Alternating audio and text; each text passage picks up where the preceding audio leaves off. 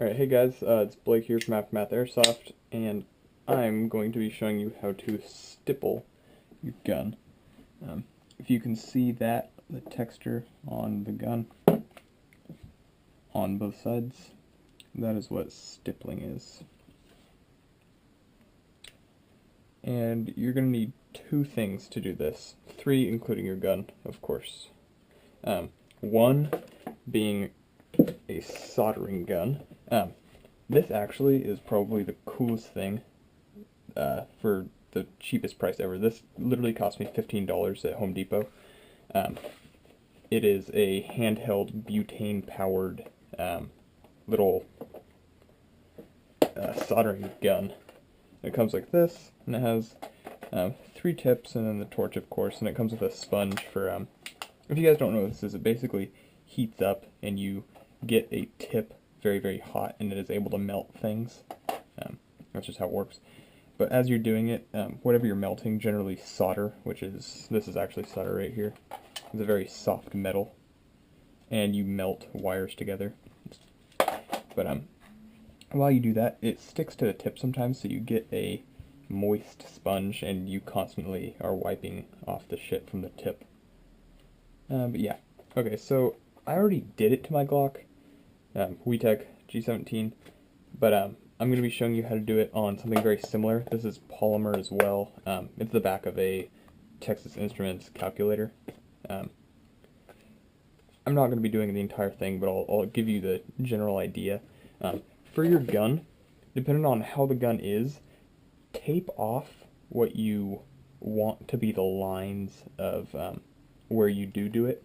So if you can tell on here, I taped off in certain areas the curve. I didn't want the finger grooves to be soldered, so I taped that over. Take your time, don't rush anything. This whole entire project basically took me about 2 hours from starting to tape it to finishing project completely done. If you guys are wondering, this is a beaver tail. It's actually called a beaver tail.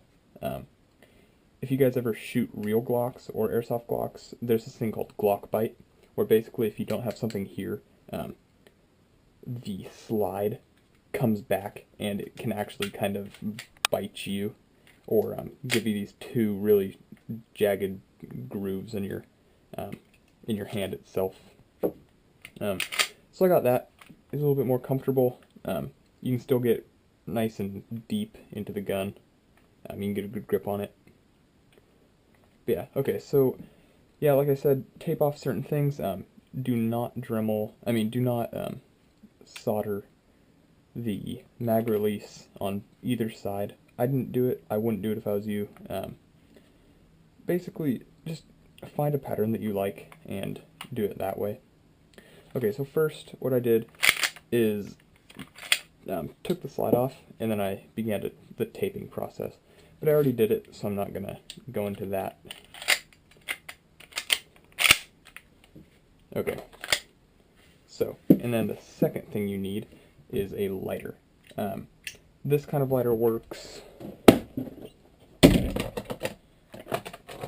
So that you can use a torch lighter or just your standard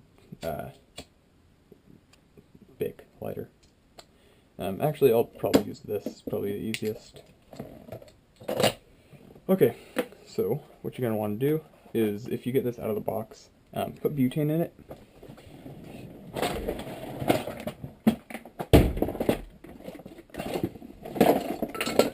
This is butane. It has a little fill hole at the top and fill hole in the bottom, and you're basically feeling it just like you would a gas mag, like so. And fill it until it's obviously filled, and it'll start spraying out, and then take it out. Make sure it doesn't leak. Mine was slightly leaky, so I tightened that down with a flathead screwdriver. Okay. So after you do that, you're going to want to put your torch tip on, and it's really, really simple. Just put it over, screw it down, and it stops. For this, if you get this package, by the way, it says Burnzomatic, Home Depot, 15 bucks, and it comes in a little pack with everything you see here. Basically, for the pattern and the texture that you want, you're going to want a tipped point that's very, very sharp. You're not going to push it all the way in, but you definitely want something pointy, kind of like a pen or a pencil. So not this flat one that it came with. This is the one I'm talking about, if you guys can see that. Nice and pointy. Screw that on. Okay, so basically, you're going to flip this on. You're going to hear gas. Before you flip it on, put the switch. It goes from 1, 2, 3, and 4. Put it between 2 and 3. I like to put it a little bit more to the 3 side, and that's how much gas is going to be coming out. And then you're going to turn it on. You're going to hear the gas. You're going to push this open, so you see that little open port, and you can hear the gas coming out of there, and you light it. You guys can see the flame in there, and you're lighting a coil up there, and once it turns orange, you can close it. And sometimes it doesn't work all the way, but basically, you're going to look inside, and it's going to start glowing orange. Okay, it did work for me the first time. If you guys can see that, it's glowing orange inside because it's hot. You can see that. And this one comes with a little stool, so you're going to pop it out and let it sit. Don't get it near anything that can melt or light on fire because it's going to get hot as hell. Here, actually, I'll show you guys how to tape it. I'll just tape up a little square so you can see what I'm talking about. Okay, do it right here.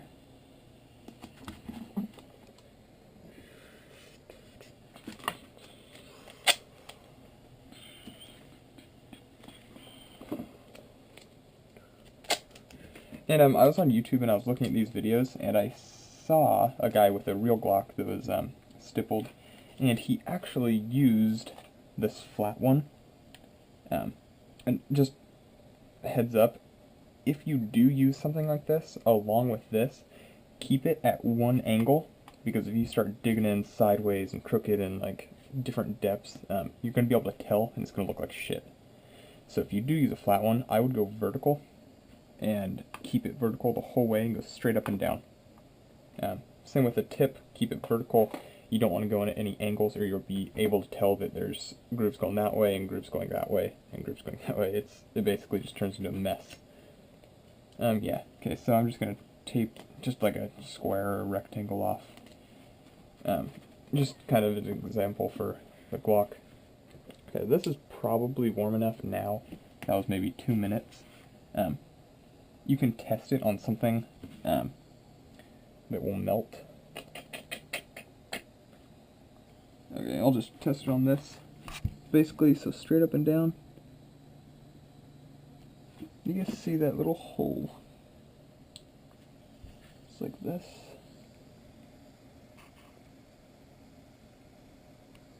See, just little holes like that. Okay, and what I like to do is I like to go across and just keep going across. And you're going to stay straight up and down. This thing is pretty fucking hot, so hold it above the little switch. Okay, so I'm just going to go from here. I'm going to start in the corner and work my way over. And you're going to want to basically, when you do it, it's going to make like a raindrop kind of ripple. And you're going to want those ripples to line up next to each other. If you space them, it'll be obvious that you missed a spot. Okay, just like this.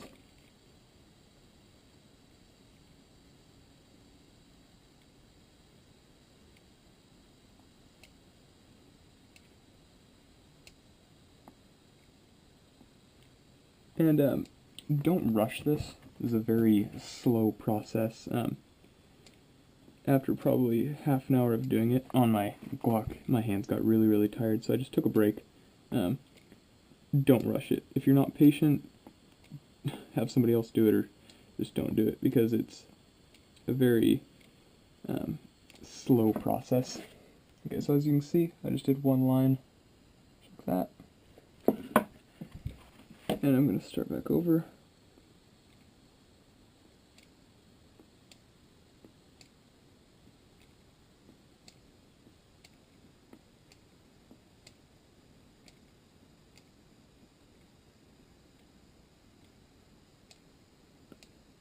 And don't go too deep. You want it to maybe go, I don't know, I can't even really explain a measurement, but you don't want to go too deep because you can push all the way through, and you do not want to do that.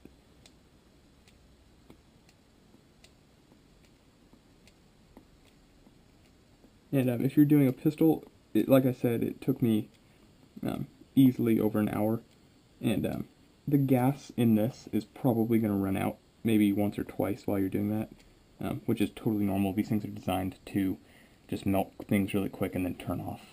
They aren't really made to be on for a super long time, so don't be surprised if it dies on you.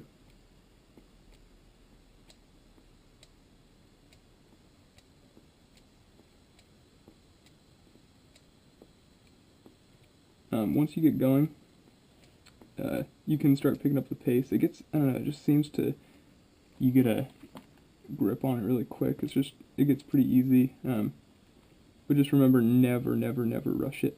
If you rush it, your end product is going to look like absolute shit, and there's nothing you can do about it because you just burned holes into your gun. So if you start getting a little impatient, turn the torch off, just take a break. It's not worth messing something up that it costs money when you could have just been patient and made your gun look a lot better.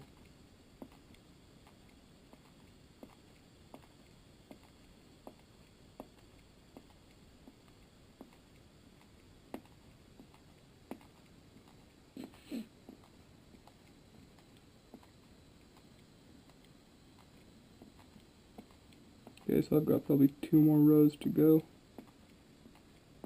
And then I'll take the tape off and show you guys what it looks like. And if you use duct tape, remember it can melt, so don't go right up against it because it'll just melt into your gun.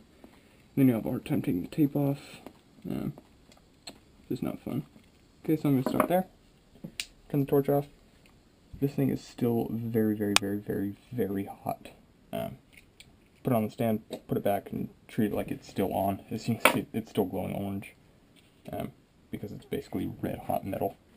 Okay, so with this, I'd give it like 10 seconds to cool off. It's not hot anymore, but just for safety measures, I wouldn't just jump onto it really quick. Okay, so I'm going to take the tape off.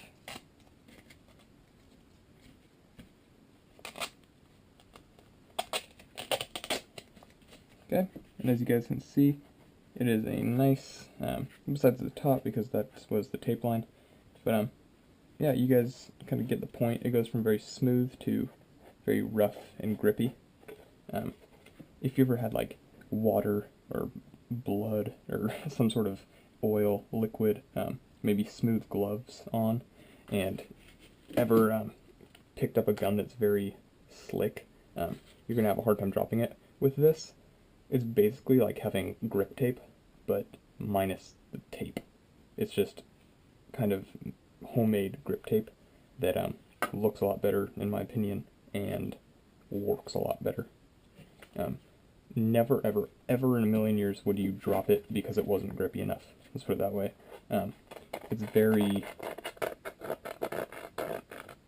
grippy. Okay, if any of you guys at SC want this done, but are kind of like, I don't want to do it, to their pistols, I don't really know what rifle you'd want to do it to, but if you have something you want to do on maybe a rifle like the pistol grip, and you don't want to do it, you can contact me. You can come up to me. This is Blake, or you can comment on the video, inbox us, Aftermath Airsoft Team, and I charge $50 to do a gun.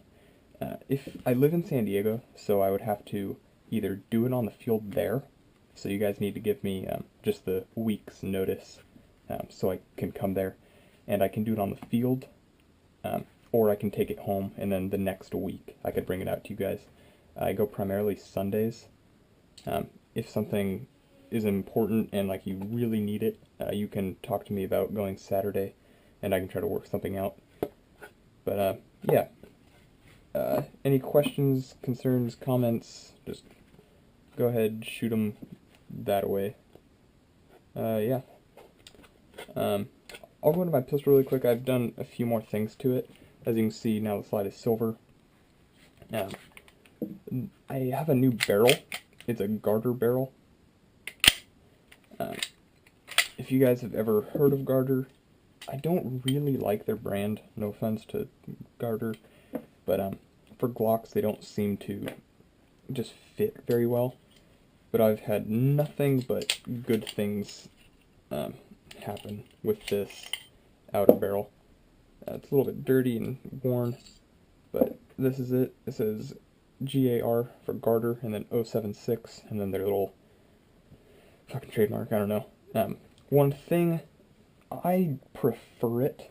I never use suppressors or anything on my G17, but it does not have a threaded inner barrel like the stock WeTech barrels do. As you can see, it's just kind of this fluted, it looks very realistic.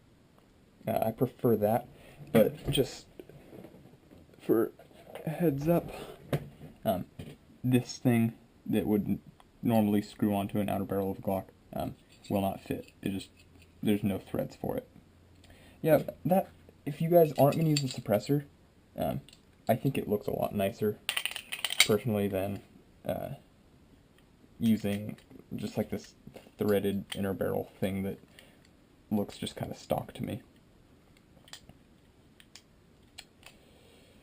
Put it back together. Okay, another thing. I got the Garter spring rod, and that didn't fit. And that's just another problem with Garter I have. Again, it says it's compatible for the Wii G17, but it's not. So what I did is I took the Garter spring off the rod, and I put it onto the WeTech rod. So I have a stronger slide spring. There's pros and cons about that. If you gas your mags correctly and treat your gun well enough and lube it properly, you won't have any problems. But basically the problems people are having is when the spring is so strong that it has trouble going all the way back to lock. So if you're not like up for that, again, my gun shoots about 364 now, 364, 365, so I have no problem with gas flow, so I'm getting a good cycle every single time. The upgrades that I've used, I've put them all on videos already, so you know them. But yeah, if you want to do something like that to your gun, I would definitely recommend getting that spring. Another thing I did, I put grip tape on the top. If you guys ever saw it in a video, that's what it is. It's just like skateboard tape. It stuck down, and then I used super glue and I glued it. So yeah, if you can hear that, it's a nice clicky. It's very solid. So yeah, that's the stippling review slash how-to slash slide talk. Alright, yeah, again, any comments, concerns, questions, just go ahead, say whatever you want to say, ask whatever you want. I, along with the rest of my team, will try to help you out as much as I can. If there's something I don't know, I can look it up and try to figure it out so I can help you guys. Yeah, I think that's it. Thanks for watching. Alrighty, Blake from Aftermath Airsoft, signing off.